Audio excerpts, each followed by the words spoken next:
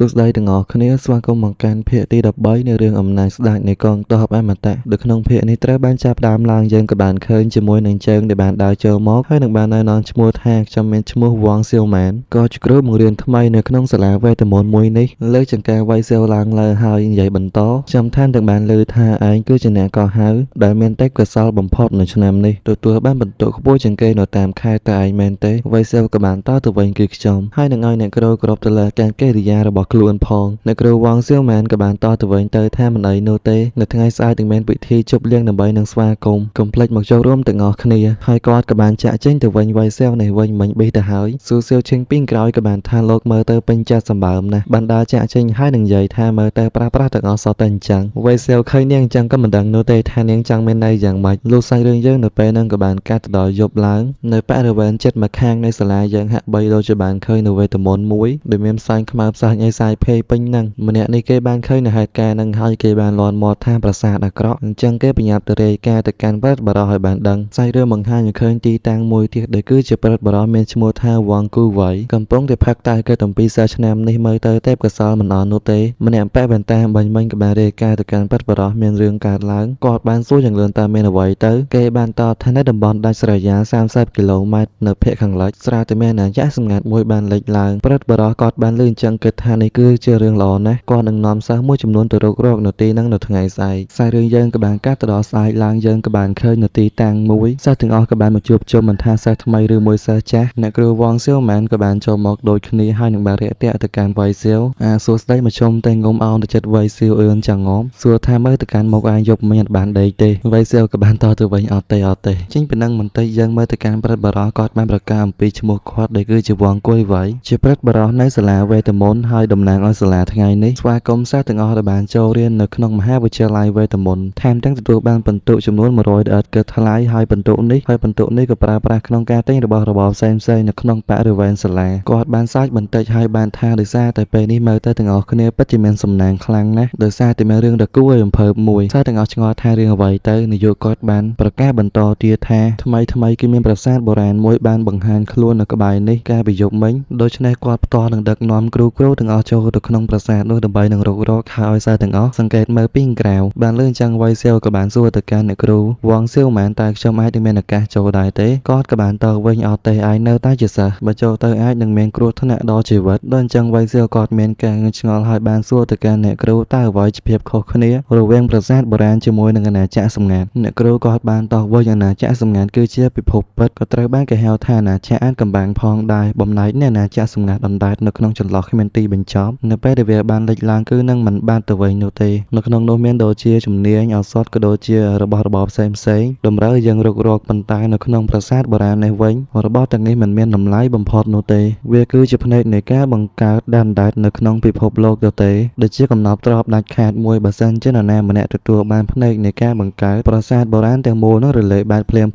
វៃសៀវគាត់បានសួរបន្តតើពួកយើងអាចចូលបានដោយរបៀបណាទៅអ្នកគ្រូគាត់បានប្រាប់បន្តនៅពេលដែលប្រាសាទបុរាណបានបើកនឹងមានអាបក្រាស់បានភេរចេញមកគ្របដណ្ដប់នៅជុំវិញបរិវេណដែលវាបានភាយដល់ហើយនឹងស្រូបចូលដោយស្វ័យប្រវត្តិវៃសៀវបានលើអញ្ចឹងក៏បានសួរទៅកាន់អ្នកគ្រូអាបដាពីក្រោយនឹងមែនអ្នកគ្រូវ៉ងសៀវម៉ានបានឃើញអញ្ចឹងផ្ទះបើណាស់ដែរឆ្ងល់មែនតែច្រកចូលកម្រិតទី1អាចនឹងរេដាដល់ទីនេះបានដោយរបៀបណាទៅប្រាប់ឲ្យសិស្សទាំងអស់នៅទីនឹងត្រូវទៅរត់ចេញជាបន្ទាន់បើទោះបីជាអញ្ចឹងក្តីនៅពេលនេះហាក់បីដូចជាហួសពេលអាបខ្មៅនឹងក៏បានបន្តសាយភេនឹងបានស្រូបយកសិស្សចូលទៅទីនោះយ៉ាងច្រើនព្រឹត្តបរោះនេះវិញគាត់ក៏បានដឹងថាមានអ្វីខុសជាមួយនឹងច្រកចូលនៃប្រាសាទបុរាណបឋមនេះបើតាមប្រឌិតមើលវាមិននឹងអាចរីករាលដាលដល់ថ្នាក់នេះទៅប្រកាសជាមាននរណាគេម្នាក់ធ្វើវាដូច្នេះគាត់បានហោះចេញពីទីនឹងដើម្បីទៅស្វែងរកមុខអ្នកដែលបង្កបញ្ហាក៏លេចទៅមើលវៃសៀវនេះវិញគាត់ត្រូវបានអាប់ផ្សែងអាបនឹងស្រូបចូលទៅម្ដងបន្តិចនឹងឆ្ងល់មែនតែហេតុអ្វីបានជាគាត់មិនអាចកម្រើកឬក៏រើខ្លួនចេញពីវាបានអញ្ចឹងអ្នកគ្រូវ៉ងសៀវម៉ានចង់ចូលជួយប៉ុន្តែមិនទាន់នោះទេក៏ស្រាប់តែវៃសៀវនៅពេលនឹងបាន teleport មកកាន់វេខ្សាច់មួយក៏ឆ្ងល់មែនតែអ្នកផ្សេងទៀតនៅទីណាទៅដើរធ្វើដំណើរបន្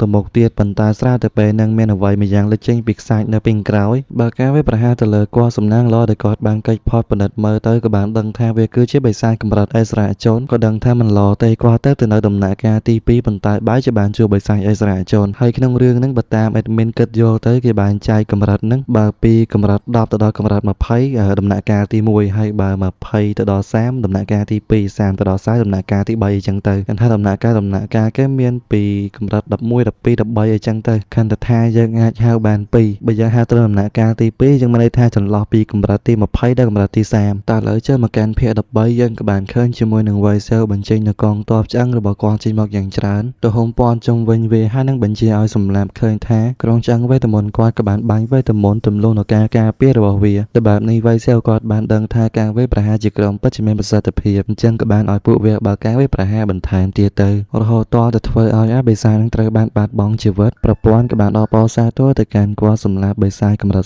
30ទទួលបានបន្ទុកបទពិសោធន៍1500មិនត្រឹមតែប៉ុណ្ណឹងនោះទេសាកសពបិសាចនឹងក៏បានលេចចេញនៅដាវមួយបន្ទាប់ពីគាត់ប្រើប្រាស់នឹងការឡើងកម្លាំងរហូតដល់100ចំណុចក៏ដឹងមានន័យថាមិនទេនិយាយតាមសាច់រឿងគេសិនទៅឃើញថាឱកាសល្អបែបនេះ Vaisel មិនឲ្យកន្លងទេបញ្ចេញប៉ាល់គាត់មួយជីកប់បន្តិចក្រោយមកក៏បានលេចចេញនៅឫសឈើអ្វីមួយយ៉ាងហើយលេចចេញជាដើមទម្លាក់នៅលុយខ្មោចឲ្យគាត់ដូចជាម៉ានស្លឹកអីទេអញ្ចឹងមើលទៅ Vaisel សប្បាយចិត្តមែនតើគិតយល់ថាមើលទៅការសម្លាប់បិសាចនៅទីនេះទម្លាក់លុយខ្មោចឲ្យគាត់អញ្ចឹងគូណាទៅរកលុយបន្ថែមទៀតខ្សែរឿងក៏បានបង្ហាញឲ្យឃើញទីតាំងមួយយើងក៏បានឃើញជាមួយនឹងមនុស្សមួយក្រុមពួកគេមើលទៅអស់កម្លាំងហត់នឿយមែនតើដើរនៅទីនេះមួយសន្ទុះធំប៉ុន្តែមិនទាន់បានឃើញនរណាម្នាក់សោះស្រាប់តែពេលនឹងបិសាចខ្សាច់នៅទីនឹងក៏បានលេចមកហើយនឹងសម្លាប់ទៅលើម្នាក់នេះខំក្រឹបសំបីទៅសាកសពក៏មិនសល់ផងហើយពេលអ្នកនេះបានឃើញចឹងក៏មិនចាំយូរដែរក៏បានដាក់មេប្រូចហើយឆ្ងល់មែនតើសត្វចម្លែកនេះប្រភេទណាទៅហើយអ្វីបានជាគួរខ្លាចម្លេះតម្លឹងទៅមើលខាងមុខយើងក៏បានឃើញ Vaisel ឃើញឲ្យពីរនាក់នឹងរត់សម្លឹងអាចារ្យគឺជាសិស្សសាលាគាត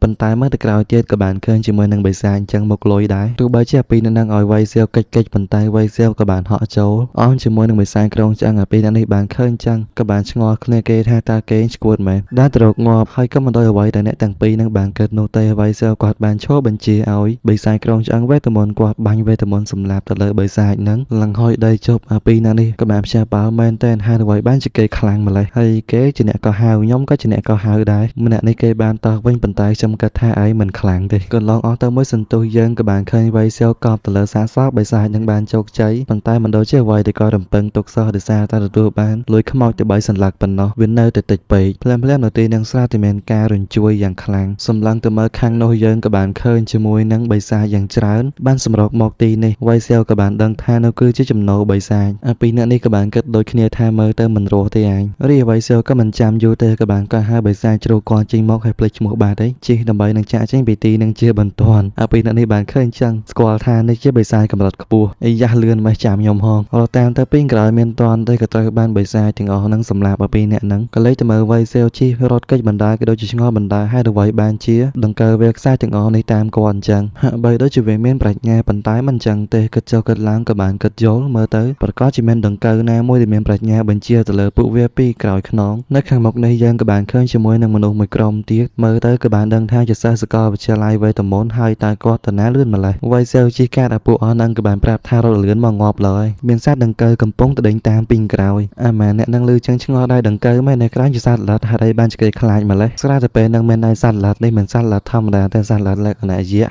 ម្នាក់នេះគេបានឡើងជិះចចគេយ៉ាងលឿនហើយពីនេះក៏សុំជិះទៅតាមដែរប៉ុន្តែគេមិនឲ្យជិះហើយនឹងបានជិះទៅប្រយក៏បានគិតដូចគ្នាបើសិនជាសត្វវេទមន្តគេដឹកមនុស្ស3នាក់ប្រកាសជាមិនអាចធ្វើដំណើរលឿនទេចឹងមិនចប់ស្លាប់ទាំង3នាក់ពីរនាក់នេះមូម៉ៅណាស់ដែរហើយបើសិនជាពួកយើងស្លាប់ត្រូវតែស្លាប់ទាំងអស់គ្នាបាញ់ព្រួយគេម្នាក់ម្ដាមទៅចាំអាប៉ែនឹងចាំពីក្រោយធ្លាក់ចុះពីលើសាចចរបស់គេហើយនឹងលាន់មកថាចង្រៃយោលើសផលចុងក្រោយត្រូវបានដង្កើវាខ្សែទាំងអស់នោះសម្លាប់សារីយើងក៏បានការចេញពីនឹងទៅមើលក្រុមលោកគ្រូនេះវិញប្រិតបរោះនៅសាលាវេទមន្តក៏បាននិយាយទៅកាន់លោកគ្រូទាំងអស់នៅទីនឹងថាហេតុការណ៍ទាំងអស់នេះបានកើតឡើងដោយសារតែមានមនុស្សនៅពីក្រោយលោកគ្រូនេះបានលើអញ្ចឹងពិចារណាមែនតើប្រិតបរោះគាត់បានសួរបន្ថែមទៀតតើនឹងមានចាំព្រឹត្តិការណ៍ដែលបានកើតឡើងនៅថ្ងៃទី10ខែឧសភាដែរទេអាណាចក្រសម្ងាត់ដែលគឺច្បាប់ចម្លងនៅក្នុងទីក្រុងឈិងយ៉ាងស្រាប់តែបានលើកចេញបិសាចមកពីណាបណ្ដឹងនោះទេហើយក៏ជាបិសាចខាងក្រៅដែលខ្លាំងនៅក្នុងទីក្រុងណានហើយក៏អញ្ចឹងហើយមិនតែពីទីក្រុងនឹងទេគឺទីក្រុងទាំង18ហ្នឹងសុទ្ធតែមានហេតុការណ៍នេះបានកើតឡើងស្តៀងគ្នាទាំងអស់បិសាចទាំងអស់ហ្នឹងក៏បានតាមប្រមាញ់ទៅលើសិស្សដែលបានចូលទៅបណ្ដាលឲ្យមានមនុស្សស្លាប់រាប់រយនាក់ឥឡូវនេះគាត់ក៏មានផលតាំងគ្រប់គ្រាន់ដើម្បីបញ្ជាក់អំពីរឿងទាំងពីរនេះដែលបានកើតឡើងរឿងទាំងអស់នេះត្រូវបានធ្វើដោយមនុស្សតែមួយក្រុមប៉ុណ្ណោះលោកគ្រូម្នាក់ក៏បានសួរថាតើនរណាគេទៅប្រិតបរោះគាត់បានតបថាគឺជាក្រុមកណ្ដុរក្រោមដីលឿអញ្ចឹងលោកគ្រូនេះខឹងមែនតែនគឺជាពួកគេប៉ុន្តែឯកសារទាំងអស់ដែលពាក់ព័ន្ធជាមួយនឹងក្រុមនេះត្រូវបានបំផ្លាញអញ្ចឹងពួកគាត់នៅពេលនេះត្រូវទៅរកដំណោះស្រាយជាបន្ទាន់ហើយអញ្ចឹងភាគ12 13ក៏បានបញ្ចប់ត្រឹមតែប៉ុណ្ណឹងទេបាយបាយជួបគ្នាវីដេអូក្រោយ